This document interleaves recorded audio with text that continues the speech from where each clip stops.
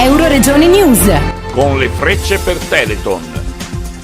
Domenica 3 settembre alle 12 nell'aeroporto a Rivolto di Codroipo per la terza staffetta Summer Teleton 2017. Il comandante del secondo stormo, colonnello Edi Turco, invita tutti a trascorrere un pomeriggio con l'aeronautica militare e le frecce tricolori, iscrivendosi sul sito teletonudine.it. Passare una domenica di fine estate un po' diversa e nel contempo fare beneficenza per una nobile causa che è quella che Teleton ha sempre promosso in tutti questi anni.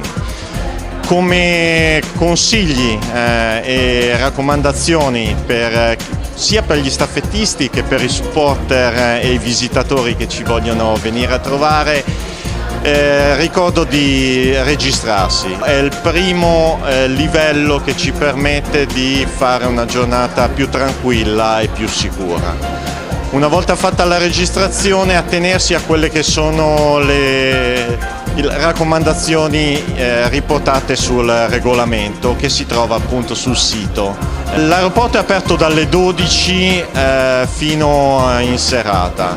Le staffette vere e proprie cominceranno alle 15, ma al momento clou sarà l'arrivo della PAN alle 14:40. Quindi ritengo che dopo le 12:30 possa essere il momento migliore per riuscire ad entrare in base, gustarsi lo spettacolo dei mezzi in esposizione, della mostra fotografica, lo spettacolo delle frecce tricolori e poi pensare a farsi la propria corsettina.